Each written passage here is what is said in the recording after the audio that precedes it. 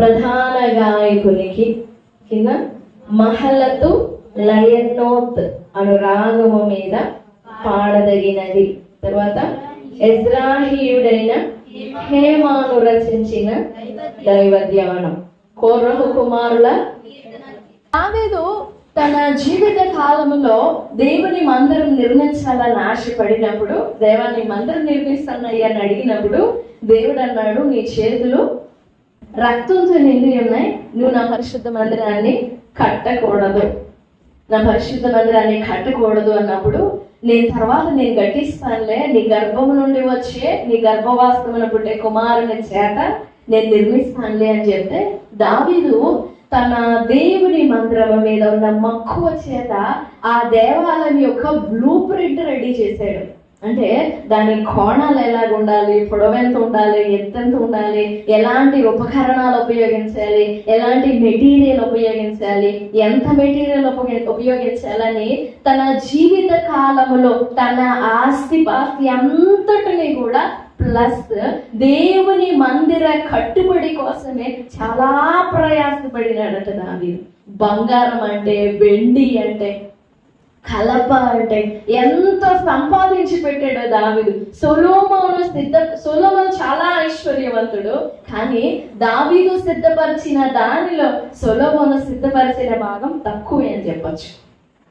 ఇంకా మందిరం చూడలేదు దావీదు, ఎలా కట్టబడుతుందో చూడలేదు, కానీ ఇలా కట్టబడాలి అని ప్లాన్ వేసుకొని ఆ బ్లూ ప్రింట్ ని అలాగా సొలొమోను చేతిలో పెట్టాడు. సొలొమోను ఆ బ్లూ ప్రింట్ ని అలా బిల్డ్ చేస్తాడు అంతే. మెటీరియల్, ఆ కొలతలు, మెజర్స్, బ్లూ ప్రింట్ అంతా కూడా దావీదే సిద్ధం చేశాడు. దానితో పాటుగా దావీదు చేసిన పని ఏంటంటే, ఈ దేవుని దేవాలయంలో బలుల గురించి కానీ, స్తుతుల గురించి కానీ, నైవేద్యముల గురించి కానీ, ద్వారపాలకుల గురించి కానీ, కాపాడు భద్రతాదారుల గురించి కానీ, సైనికుల గురించి కానీ మొత్తాన్ని కూడా ప్రిపేర్ చేసి పెట్టాడు దావీదు. ఇంచుమించు 4,000 మంది గాయకులను సిద్ధం చేశాడట దావీదు దేవుని మందిరం, దేవుని దేవాలయంలో స్తుతించడానికి. 4,000 మందిని ప్రిపేర్ చేశాడు. దేవాలయంలో అలా స్తుతిస్తా ఉండాలి అని చెప్పేసి, ఎప్పుడు ఇంకా స్తుతులు జరుగుతూనే ఉండాలి. ఆ సింగింగ్, ఆ ప్రైజింగ్ ఎప్పుడు అలా ఉంటూనే ఉండాలి. అన్ని సిద్ధం చేసిన దావీదు ఈ 4,000 మంది గాయకులకు పైగా కొంతమంది నియమించాడు. వారే ఆసాపు, ఇంకా హేమాను, ఏతాను. ఆసాపు, హేమాను, ఏతాను. చెప్పండి 3 పేర్లు. ఆసాపు, హేమాను, ఏతాను. మరలా చెప్పండి. ఆసాపు, హేమాను, మరలా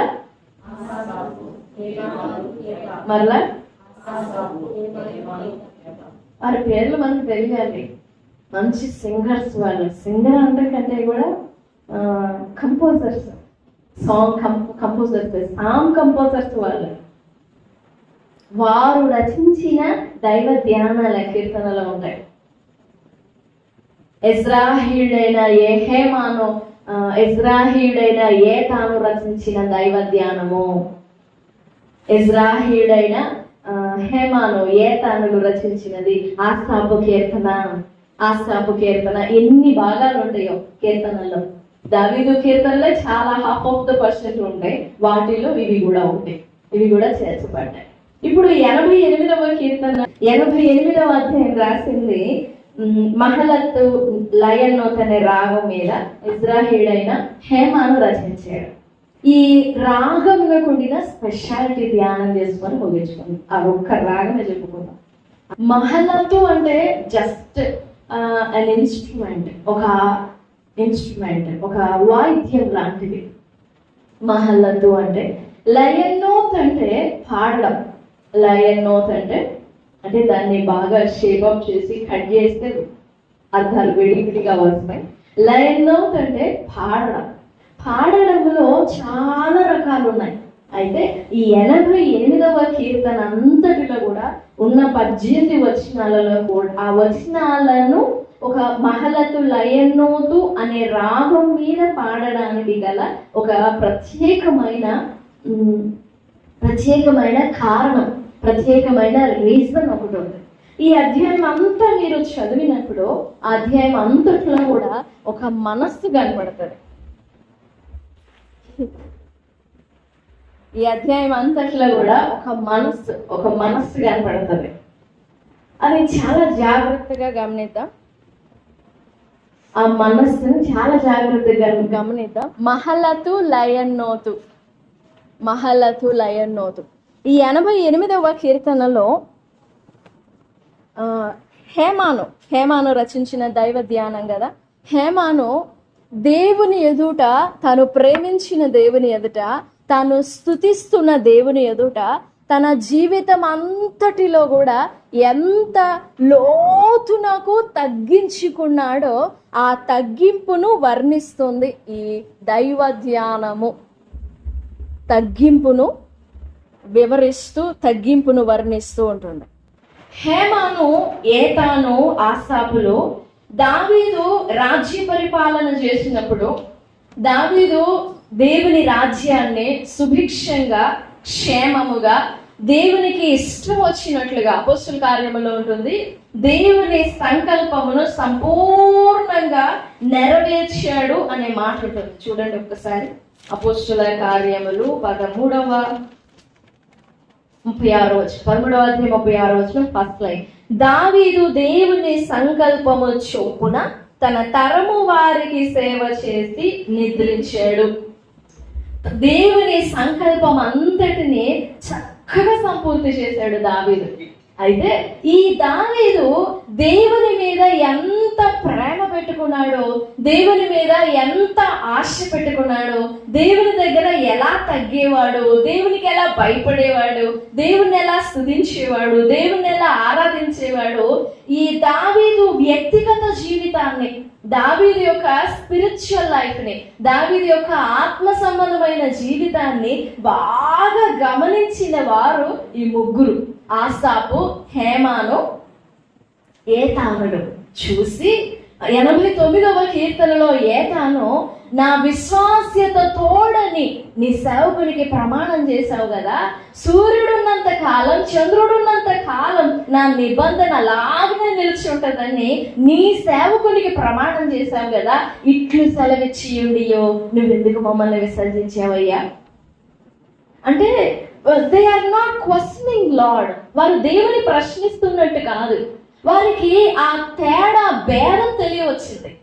దావీదు ఎలా నడిచాడో సొలొమోను కాలంలో కదా ఇవన్నీ స్టార్ట్ అయింది. దేవాలయం నిర్మింపబడి ఈ స్తుతులు, నైవేద్యాలు ఇవన్నీ స్టార్ట్ అయింది.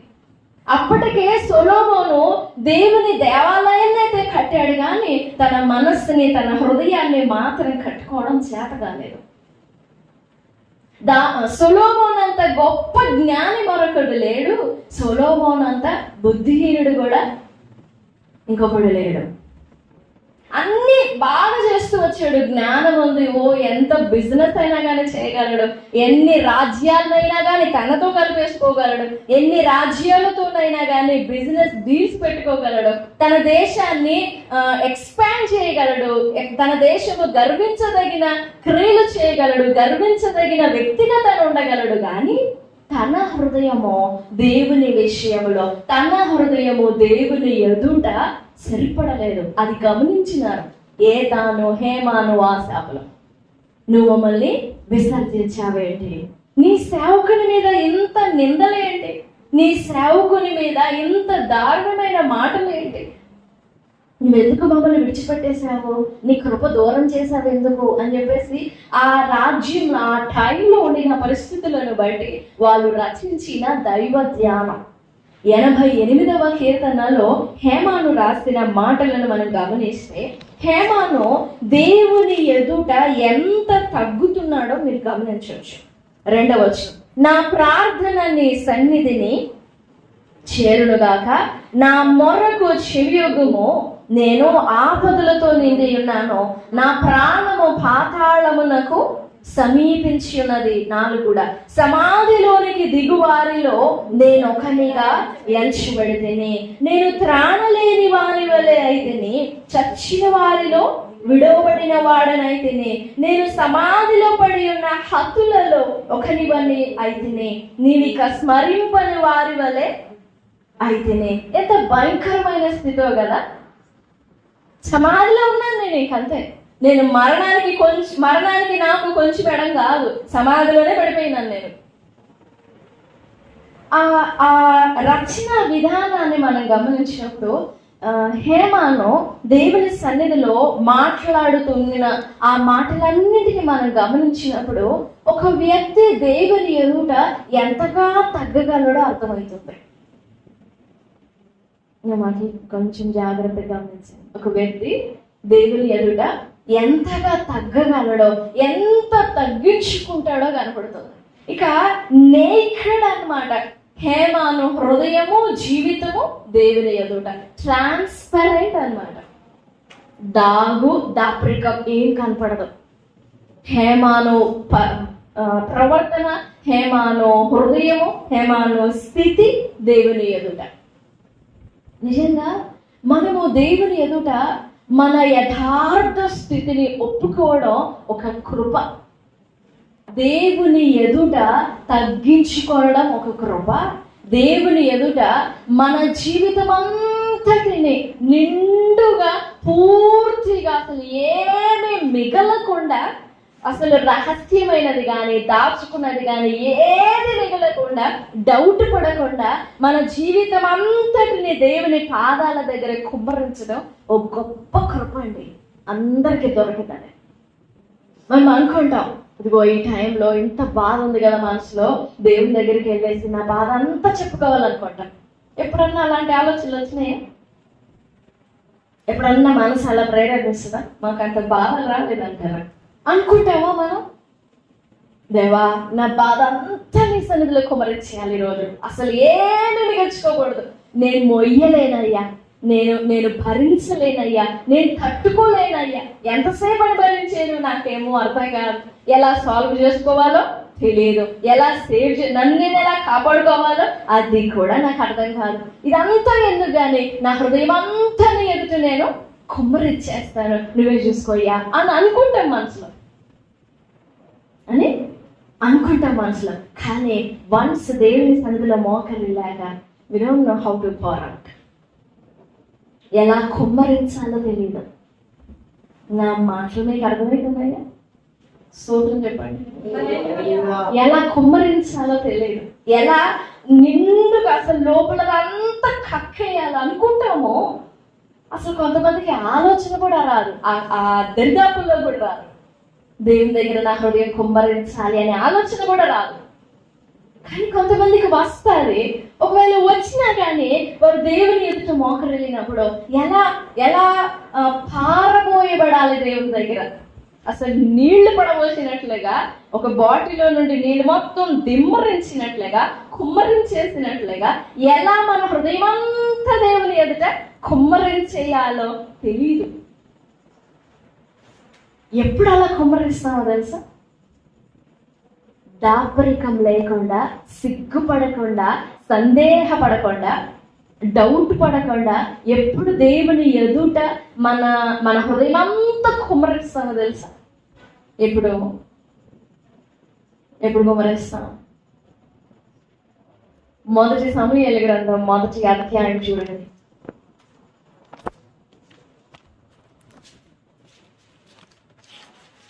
మొదటి సమూయేలు గ్రంథం 1వ అధ్యాయము 15వ వచనం. హన్న, అది కాదు నా ఏలినవాడా, నేను మనోదుఖం గలదానై ఉన్నాను, ద్రాక్షరసనైనను మద్యంనైనను పానం చేయలేదు, కానీ నా ఆత్మను యెహోవా సన్నిధిని.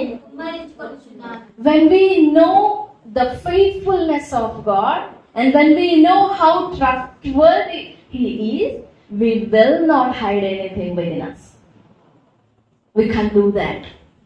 మనము దేవుని విశ్వాస్యతను ఎరిగినప్పుడు, దేవుడు ఎంత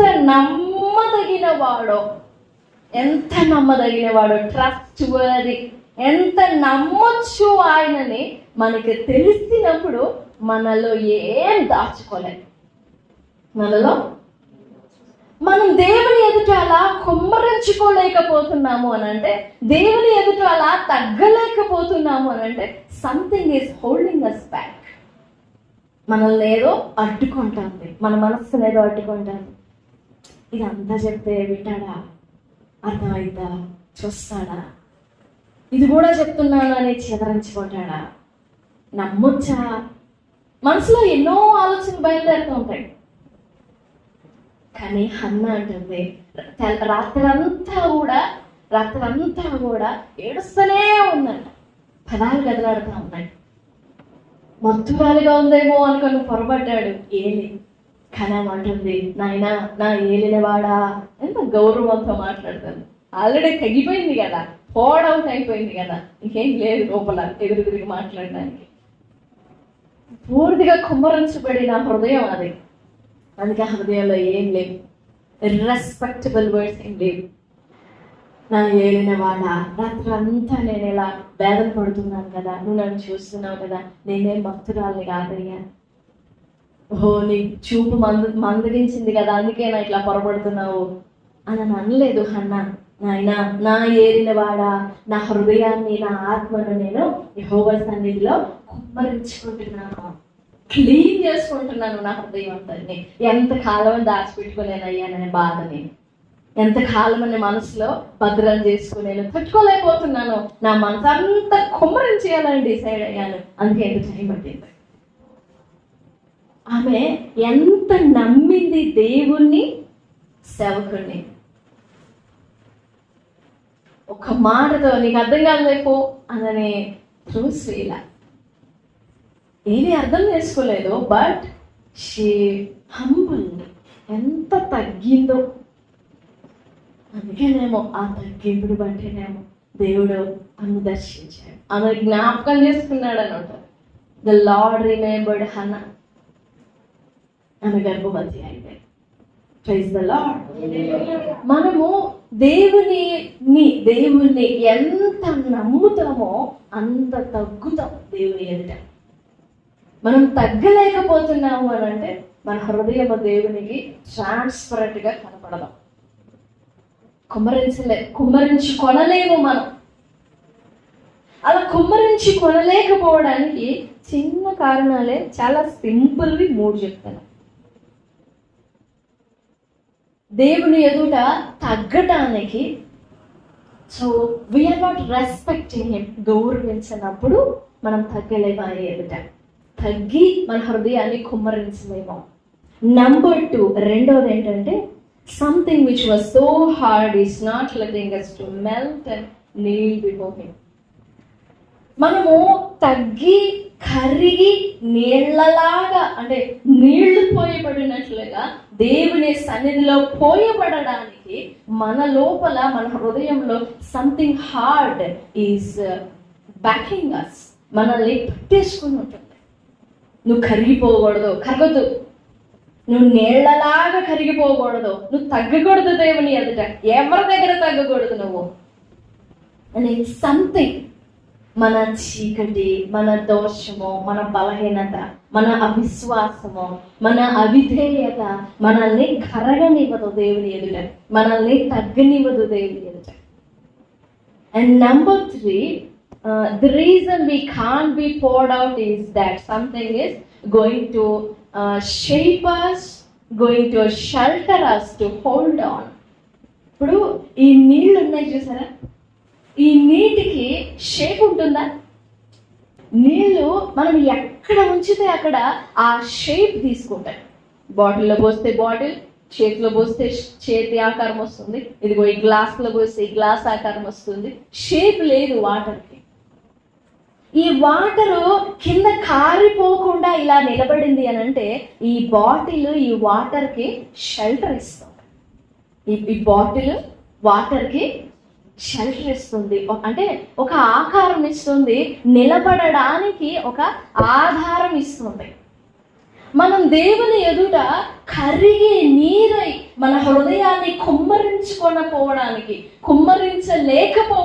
గల కారణం కూడా something is shaping us, something is giving shelter to our thoughts, to our minds, to our sins, to our disobedience. మన అవిశ్వాసానికి గట్టి ఆకారం ఉంటుంది లోపల. ఏదో ఒక రీజన్ పట్టేసుకుంటాం, దానికి అవిశ్వాసం పెట్టుకుంటాం. ఏదో ఒక కారణం, దానికి అవిధేయత పెట్టుకుంటాం. దేవుని ఎదుట పూర్తిగా నీరులాగా పోయబడలేము తగ్గలేనప్పుడు. కానీ దేవుణ్ణి నువ్వు పూర్ణంగా ఎరిగితే, నిజంగా నీ దేవుణ్ణి కనుక నువ్వు ఎరిగి ఉంటే, దేవా తండ్రి అని పిలుస్తున్నాం కదా, ఆయనను మనం పూర్ణముగా ఎరిగితే నీళ్లలాగా పడతాం ఆయన సన్నిధిలో. చేయకూడదు ఇంకా, అలా వాలిపోతాం. సో మన జీవితంలో దేవునిని మనం ఎరిగినప్పుడు, దేవుని విశ్వాస్యతను మనం ఎరిగినప్పుడు, దేవుని ఎంత నమ్మొచ్చో నీకు తెలిసినప్పుడు తగ్గుతావు దేవుని దగ్గర. అన్నలాగా పోయబడతావు దేవుని సన్నిధిలో, నీళ్లలాగా పారపోయబడతావు. ఎందుకంటే నీకు ఒక షేప్ ఉండదు కదా, నిన్ను పట్టి నిలపడానికి ఒక ఆధారం అంటూ ఉండదు. మహలత్ లయనౌత్ అంటే అర్థం అది.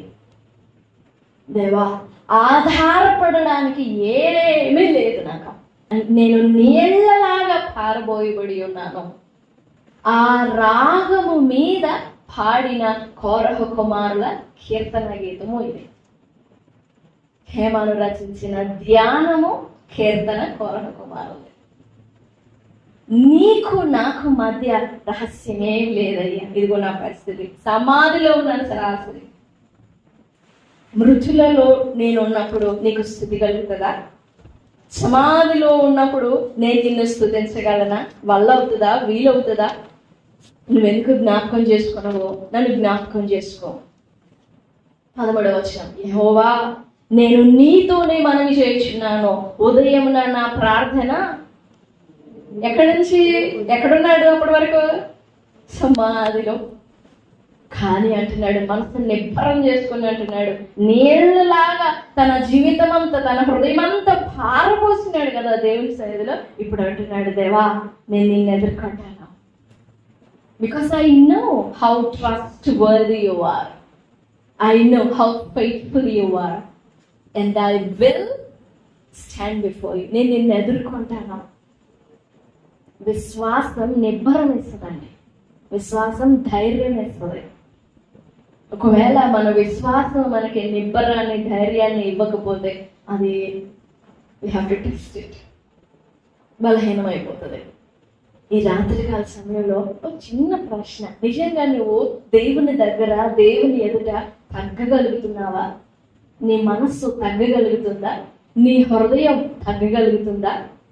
నీళ్లలాగా నీ ఆలోచనలు, నీ మాటలు, నీ హృదయంలో నిండి ఉన్నదంతటిని నీళ్లలాగా పారబోయగలవా దేవుని ఎదుట? అంత తగ్గగలవా దేవుని ఎదుట? మనం అంత తగ్గాలండి, నీళ్లలాగా పారబోయబడాల. That's how we believe God. అంతగా ఆ లాగున మనం నమ్ముతాం దేవుని.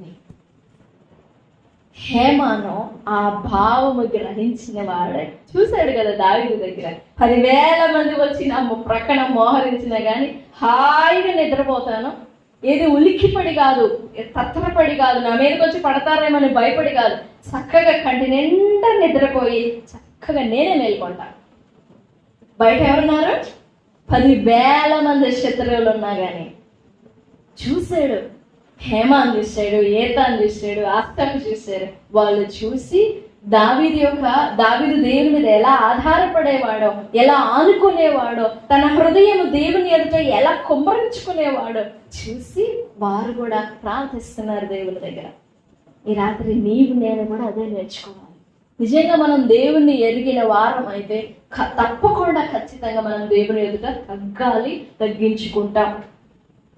ఒకవేళ తగ్గించుకోవాలనే ఆశ ఉంటే చాలా చాలా లోతుగా దేవుణ్ణి మనం నమ్మాలి. ఇక ఆధారాలు కానీ, సూచనలు కానీ, రుజువులు కానీ, మనకి భావాలు కానీ, అర్థాలు కానీ, లాజిక్లు కానీ ఇవేమి అడగకూడదు. We have to believe him. గుడ్డిగా నమ్మడం అని అంటే అది గుడ్డితనం కాదు, జ్ఞానం. చూసి నమ్మిన వారికంటే అదే విశ్వాసం. చూసి నమ్మేది విశ్వాసం కాదు, చూడక నమ్మేదే విశ్వాసం. నిరీక్షింపబడు వాటి యొక్క నిజస్వరూపము విశ్వాసము. ఈ రాత్రి ప్రభు సన్నిధిలో దేవా, ఆ హేమాను వలె, దావీదు వలె, భక్తులు వలె, హన్నా వలె నీళ్లలాగా నా హృదయం నీ ఎదుట, నా ఆత్మని నీ ఎదుట నేను కుమ్మరించుకోవాలి. ఆ జ్ఞానం నాకు ఇవ్వండి, నేను అలా పారబోయబడాలి, నాకు ఆ కృప ఇవ్వండి అని ప్రభు సన్నిధిలో వేడుకుందాం. అలా పడలేకపోతున్నావు అని అంటే నీ విశ్వాసం చాలట్లేదు, సరిపోవట్లేదు, నువ్వు దేవుని నమ్మట్లేదు.